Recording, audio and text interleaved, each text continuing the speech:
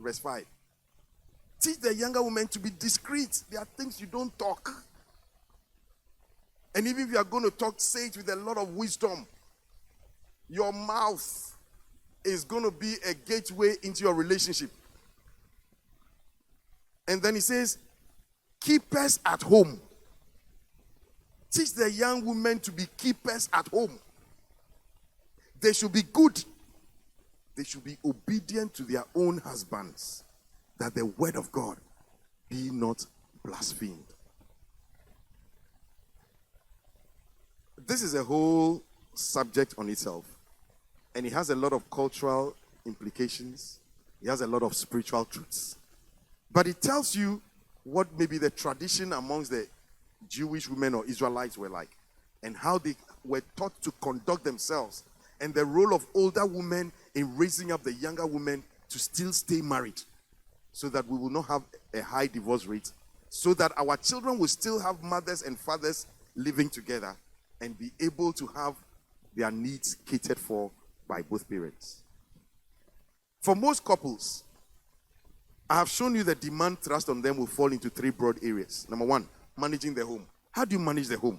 The managing of the home will include cooking, will include home duties, receiving guests, and being hospitable or hospitality, even when you are tired and unhappy with one another.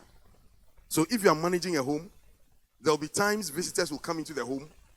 One person is angry and tired, but you have to learn how to both come out, smile together, receive guests, and not allow your unhappiness or quarrels to affect outsiders. Managing the home includes raising your children. Managing your home includes housekeeping, hygiene and cleanliness, washing, making sure the kitchen is clean, making sure the bedroom is clean, making sure that clothes are washed, making sure they are ironed, making sure that there's food always in the house, making sure that there's enough food that doesn't go waste or doesn't get spoiled. Managing the home. Now, again, I'm being careful, even though in Africa, a lot of women are tasked with managing the home. But the man also must oversee the managing of the home. And there are a lot of things a man can do to help manage the home. For example, if it is hygiene, if it is cleaning, if it is washing, there are things a man can also do. So, you are not marrying a woman to make her a slave, even though she eventually is the one who manages the home. Because if you have money, a lot of things can be solved by money. Is somebody hearing me? And you find out that if you are not able to manage the home and there's no food, when guests come, you are all angry. One person doesn't want to come out. Or when one person comes out, you are angry. You don't smile with your visitors. Maybe your boss has come home and your wife doesn't come. Or your wife's boss has come home and the husband is fighting. You find out that it will destroy a lot of things in your future. When you are pregnant, for example, there'll be a lot of physiological changes also. Your diet will change. Your resting hours will change. Your sleep patterns will change. How do you manage all these things? It's important. So things you were doing before you got married, you find out that you may not be able to do them now. And you must learn how to deal with all these things by knowledge. So the Bible, for example, says, husbands, dwell with the woman according to knowledge. Because a woman behaves differently at different times of the month. The second demand that is being placed upon every couple is managing the person and his relationships. So you are going to live with a person. He's called Kofi. He was raised differently from you. His expectations are different. Maybe he expects that in the morning he will eat fufu. You expect that in the morning you will drink tea and bread. But you have to manage it. Say, Pastor, what do I do? I don't know. That is for you to manage. And for both of you to negotiate.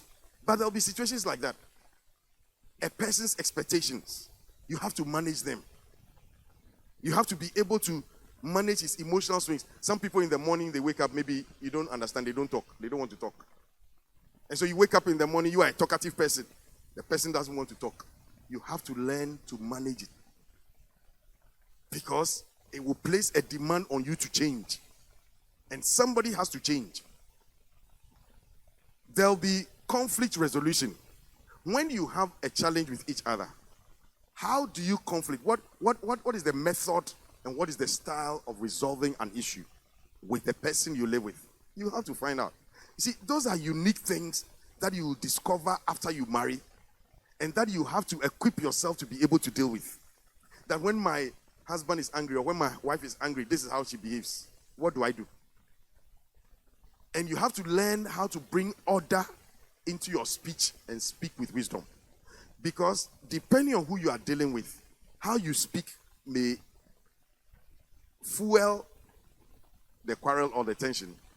And so you have to determine how you will speak, what you will say, and how you will say it. It's a demand.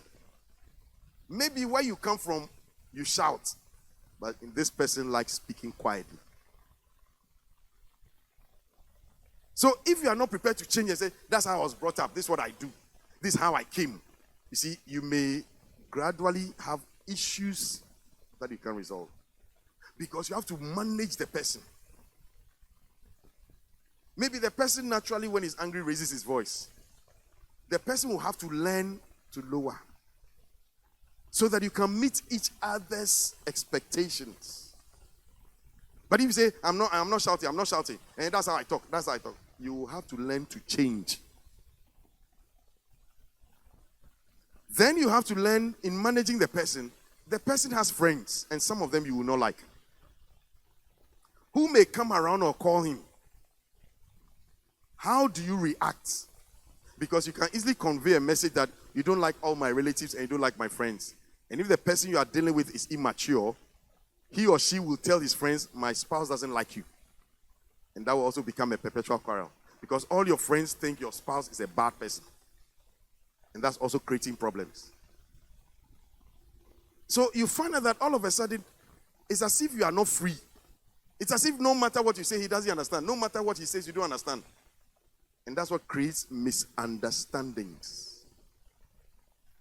And if you're not careful, you got married, but you can't, every time you open your mouth to talk, you haven't learned to gel, to manage the person you are married with. And believe you me, the person you are married to is not an angel.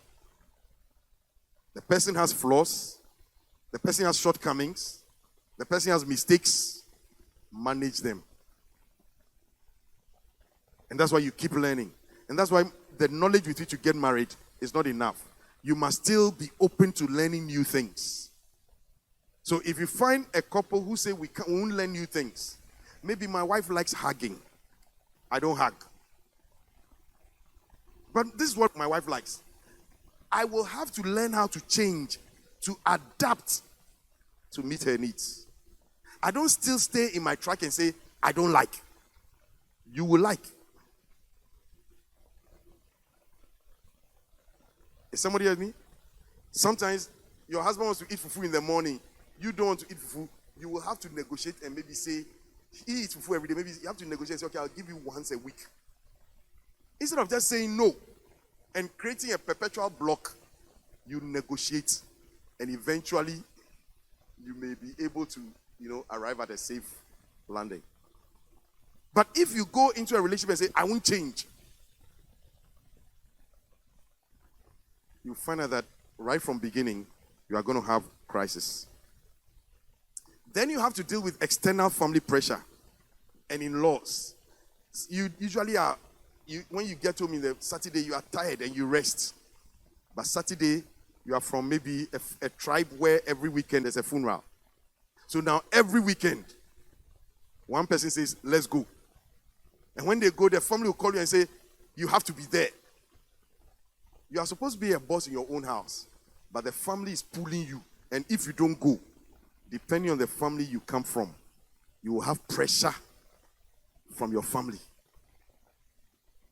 You didn't expect it, but it's there. So you have to learn and adapt and be flexible and stop thinking just of yourself and think of the other person. We read Philippians chapter 2.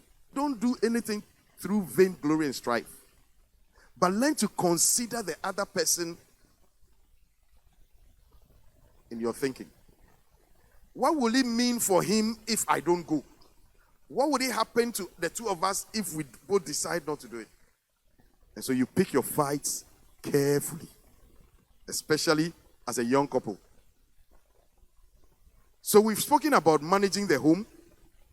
We've spoken about managing the person and other relationships. The third demand is managing the marriage itself. Now you are married. What do we expect of the marriage? What do we do? So, I'm expecting intimacy, a lot of intimacy. I'm expecting love. I'm expecting kindness. I'm expecting a fairy tale relationship where there's always money at home, where there's always food at home, where there's everything seems to work, and there are some problems I never thought. I never expected a quarrel. I never expected that we will stay in a house and we will never be talking for 1 week. But all of a sudden, all these things are happening. You see, there'll be a lot of emotional demands where you have to learn to forgive even when you are angry. Where in spite of how you feel, you still have to, by faith, be able to smile, be able to cook. And one of the things you will learn quickly is how to differentiate between how you feel and what must be done. So I don't feel, but I must put food on the table. I don't feel like eating, but I must eat. Because if you allow your feelings to just overshadow your relationship, there'll be a lot of things that will drive you apart. Is somebody listening to me this morning? So you find out that I don't feel like cooking for him. The way I'm feeling, I don't feel like even saying good morning. But you have to wake up and learn to adjust beyond your feelings and say good morning. I don't feel like eating. I walked into the house and there was food on the table. I'm not hungry, I'm not hungry. In the midst of that, you have to still sit down and eat. Because, you see, if you don't learn that type of love, in managing the marriage, you will destroy it. So, the husband doesn't give chop money again because he's angry. He doesn't pay school fees, he's angry. The wife doesn't cook because she's angry. The wife doesn't come home early because she's angry. The husband closes and goes to town because he's angry. You find out that you are being driven apart. You are good people, but you're not learning to manage the marriage well. You see, you have to learn to remove the emotional pressures from external family, from friends, because it's the two of you in a marriage. That is why I spoke about learning. That is why I spoke about being taught how to love. Because if you don't learn that when you feel like this, you still cook. When you feel like that, you still give her money and still pay the children's school fees. Don't let your anger overshadow your duties. And there will be times I prophesy to you, you don't feel like, but you will have to go to bed. Because there are different reasons for sex. One of it is a duty. It's for pleasure, it's for reproduction, but it's also a duty. Me, the way he's been talking to me, I won't allow. Okay. Manage the marriage. A marriage without sex for a certain period will create problems. Can I advise you? So, if you are going to be somebody who feels a lot, and I've taught you from the Bible, you see, love is not a feeling. Love is kind. Love is patient. Love is a character. It's not a feeling. Love is kind. Love is patient. Love is caring. It has nothing to do with feeling. So even though somebody is being cruel, I've grown to love and I'm always kind. Even though you speak to me in a way I shouldn't speak to, I won't be cruel. I am kind. Because if you don't learn to manage the relationship, you may find out that you are managing the home, you are managing the person, but the relationship is not being managed. And any one of these three things, managing the home, managing the person, and managing the relationship, can kill the marriage. Because one of the things you have to remember, the person you are married to is not perfect. The person won't always behave right. The person won't always say the right things. And sometimes the person will hurt you by the thing the person says. In fact, I think that if there are any great wounds, they are in a marriage relationship. I think that if people hurt a lot without talking, it's in marriage. And all of you here, for those of you privileged to marry, I'm sure if I ask you to start opening your mouth, but you should teach us and teach the younger people that we've been through it, we've survived it. It's painful, sometimes it's difficult, sometimes it's ugly, the good, the bad, and the ugly. But we've grown to begin to understand how to live together and not continue hurting ourselves. The environment for a good sexual activity is peace and order. Sex thrives and does well in an environment where things are well done and they are well. So you can find a couple, unfortunately, who have stayed for years and don't even remember when they came together for intimacy. There's no hugging, there's no holding, there are no kind words. In fact, it's as if it's now a contract. Give me food and sleep. Let's cook, let's eat, let's sleep, let's go to work. There's no intimacy because they can't manage the relationship. They can't manage the marriage. They are bitter and they carry the wounds of life. But in all these things, there is one major thing I want to share with you today. I call it the spiritual factor. The spiritual factor.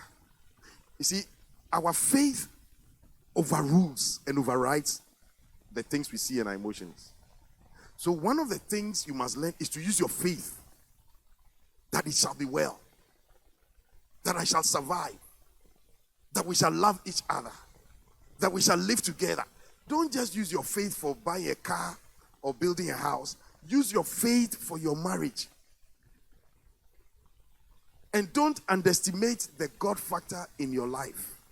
In Ruth chapter 1 verse 16, Ruth said, "Entreat me not to leave thee or to return from following after thee. For whither thou goest, I will go. Your people, and whither thou lodgest, I will lodge. Thy people shall be my people, and thy God my God.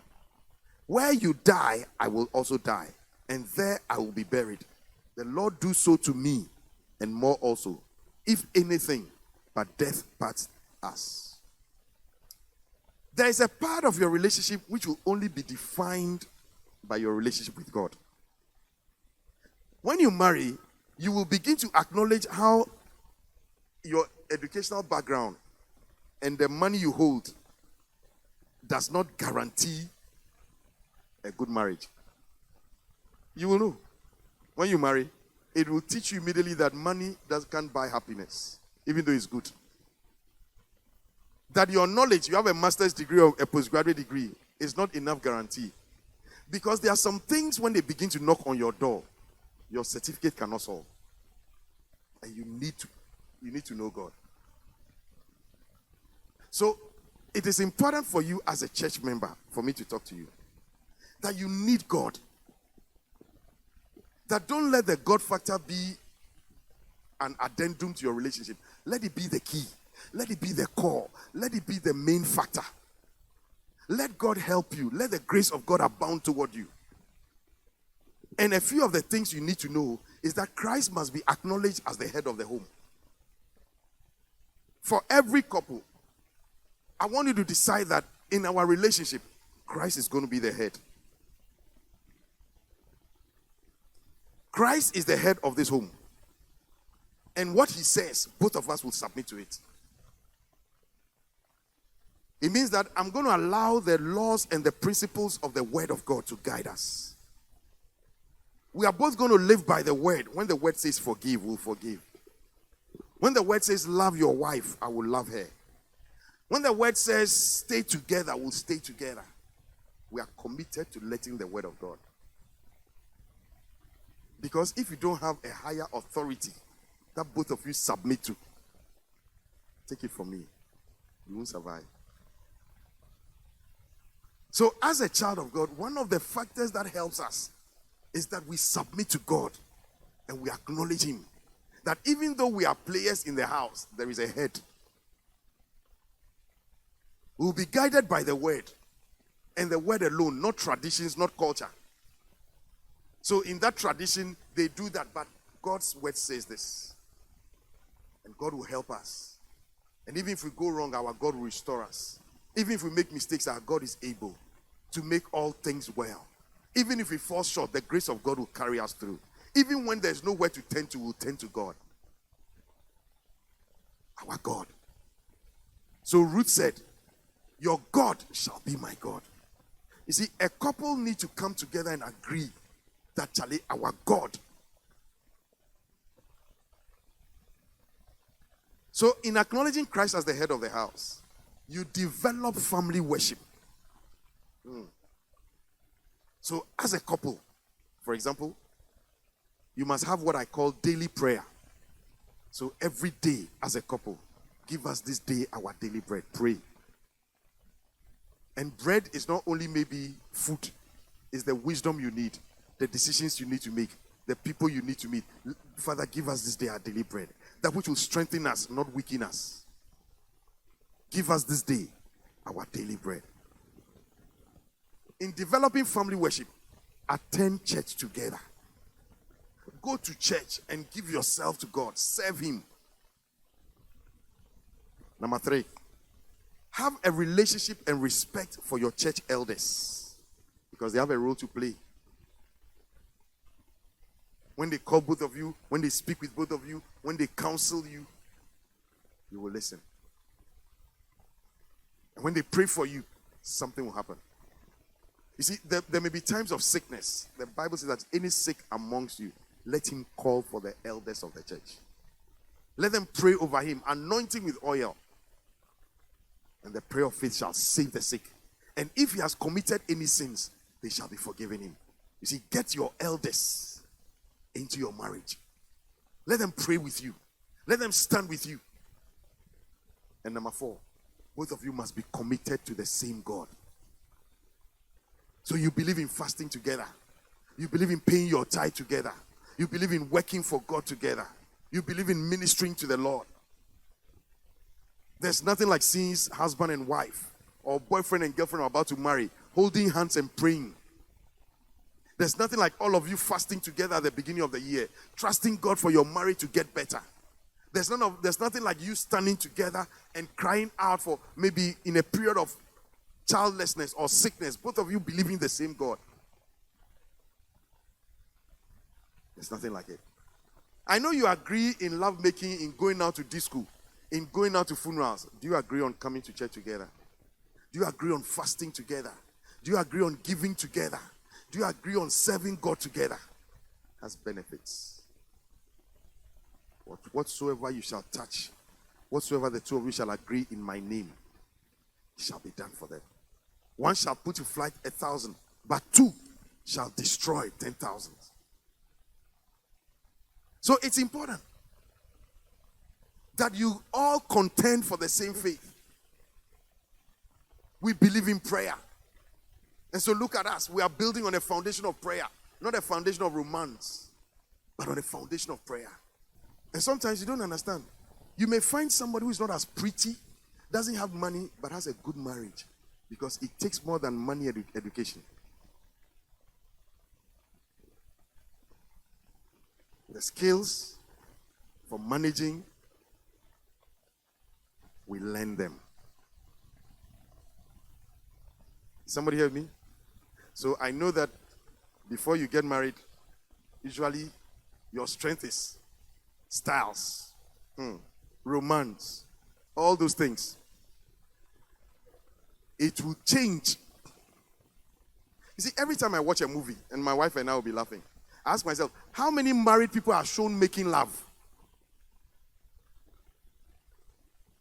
Every time. Don't build your relationship on fantasies. Don't. That my husband has broad shoulders. He can carry me the way he carries me. What about if the wife is bigger than you? But you still have her. Because it's possible after marriage, it go change. After childbirth, the Coca-Cola shape will become barrel. Oh yeah. I told you last week, there's a woman who got married. When she got pregnant, all her teeth fell out. All her teeth fell out. So things will change. Is somebody with me? So you must learn to deal with the changing scenes of life and learn to adapt. Some people get married. In fact, there was a woman who got married, and for the 9 months she was pregnant, she was in the hospital. 9 months of pregnancy from day one till delivery, she was in the hospital.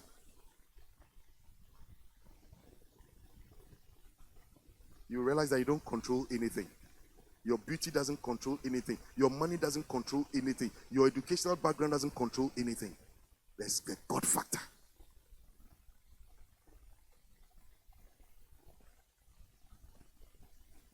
You manage the home. You manage the person. You manage the marriage. And this is a demand that you have to learn to negotiate in your culture. Learn to negotiate by yourself and your training. Learn to negotiate with knowledge and the grace of God. But above all, your faith is an overcoming faith. As you are walking down the aisle, you are all slim. You are all, in fact, the dress is so nice. Wow, wow. But as some people are walking down the aisle, they've even quarreled before they walked. Oh yes, I'm a pastor, I know. The wedding is just the beginning. And young man, get a job, get an income, be stable. And start planning and start saving. What you cannot buy today, if you work hard, you'll buy it tomorrow. And it will sustain your relationship. Don't be a married man who is, forgive me, who always has to beg. Don't deny the faith. And start thinking of two. If you're above 18, stop thinking of yourself. Because you're going to bring somebody into your life. She will get pregnant. You will pay school fees. You will go to hospital. So you sober up. So the Bible says that let the old woman teach the younger woman to be sober. Don't wait. Hey, I want this. I want that. Hey, you do this. You do that. Hey, as for me, you're nice. You give me things. You wait when you marry. Then they come and tell me, Pastor, every day he gives me something nice. Then I'll salute him. Now, every unbeliever can give things. Every wicked man, every armed robber can give things. But you want to marry and stay married. And the demands thrust upon you cannot be handled by an immature person. Somebody hear me? So let's think of the future. And let's make the future better. Our children are waiting for us to succeed in our marriage. So that they can be raised in an environment where they have food, they have clothing, they have shelter. They can take them to hospital and they will live. Not that when your child is not well, the father comes and says, like a typical me and more here. No. The wife is at home, she can't go for antenatal because the husband says, I don't have money. No. Your children are out of school because the man is not working hard and can't keep a job. No. You see, you are mature. Sometimes you tolerate abuse even in the office from your boss because you have children and you have a wife. Sometimes you get a job and hold 2 jobs because you're not just thinking of yourself. You have brought somebody into your life. You have children they must be catered for. They must go to school. They must buy uniforms.